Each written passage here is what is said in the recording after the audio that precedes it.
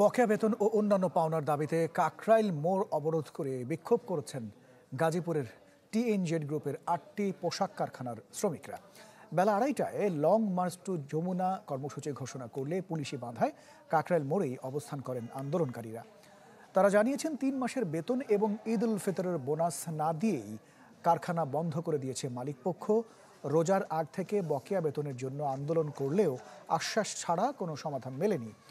এ কারণেই পাওনা না নিয়ে ঘরে না ফেরার হুঁশিয়ারি দিয়েছেন পোশাক শ্রমিকরা। নগদ পেমেন্টে ৫০০ টাকা পর্যন্ত ক্যাশব্যাক আর লেনদেনে প্রতিদিন ডিপ ফ্রিজ এবং ঘন্টায় ঘন্টায় এসি টিভি সহ দারুণ সব গিফট। বকেয়া বেতনের দাবিতে রাজধানীর কাকরাইলে এই মুহূর্তে অবস্থান করছেন আমাদের সহকর্মী সম্রাট হোসেন। চলে যাচ্ছি তার কাছে। সম্রাট, আপনার পেছনে দেখতে পাচ্ছি আন্দোলনকারীদের। আসলে তারা কি বলছেন, বা মালিক পক্ষ যে গার্মেন্টের মালিক যারা রয়েছেন তাদের সাথে কোনো কথা বলার সুযোগ হয়েছে কিনা আপনার?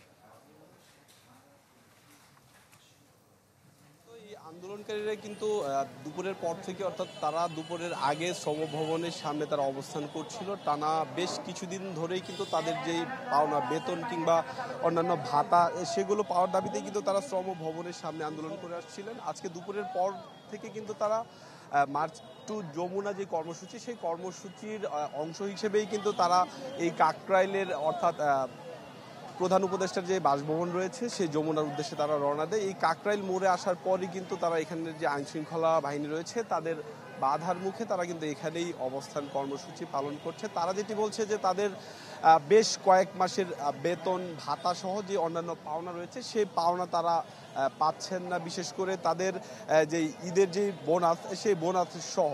এখানে আপনাকে যদি আরেকটি বিষয় জানিয়ে রাখি যে এই যেই গার্মেন্টস কর্মীরা তারা কিন্তু বলছেন যে তাদের যেই পাওনা, সেই পাওনা দেওয়ার বিষয়ে কিন্তু বেশ কয়েক দফায় কিন্তু তারা আসলে সরকার পক্ষের সাথে তারা আলোচনা করেছে, কিন্তু সেই আলোচনার তারা এখন পর্যন্ত সেই সুফল তারা দেখেনি, যার জন্য তারা আজকে এই কাকরাইল মোড়ে তারা অবস্থান নিয়েছে।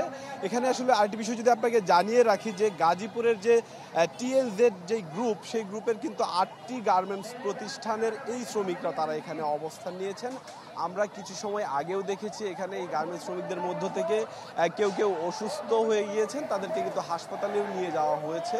তারা এখন পর্যন্ত যেই বিষয়টি বলছেন আমাদেরকে, সেটি হচ্ছে যে তারা যে পর্যন্ত তারা সুনির্দিষ্ট তারিখ না পাবেন তাদের পাওনার বিষয়, সে পর্যন্ত কিন্তু তারা এখানে অবস্থান করবেন, এটি তারা বলছেন। আরেকটি বিষয় যদি বলি যে তারা কিন্তু প্রায়, অর্থাৎ দুপুরের পর থেকে তাদের যে এই কর্মসূচি, সেই কর্মসূচির উদ্দেশ্যেই কিন্তু তারা এখন এই কাকরাইল মোড়ে অবস্থান করছেন। তো এই ছিল রাজধানীর কাকরাইল থেকে গার্মেন্টস শ্রমিকদের বিষয় সর্বশেষ।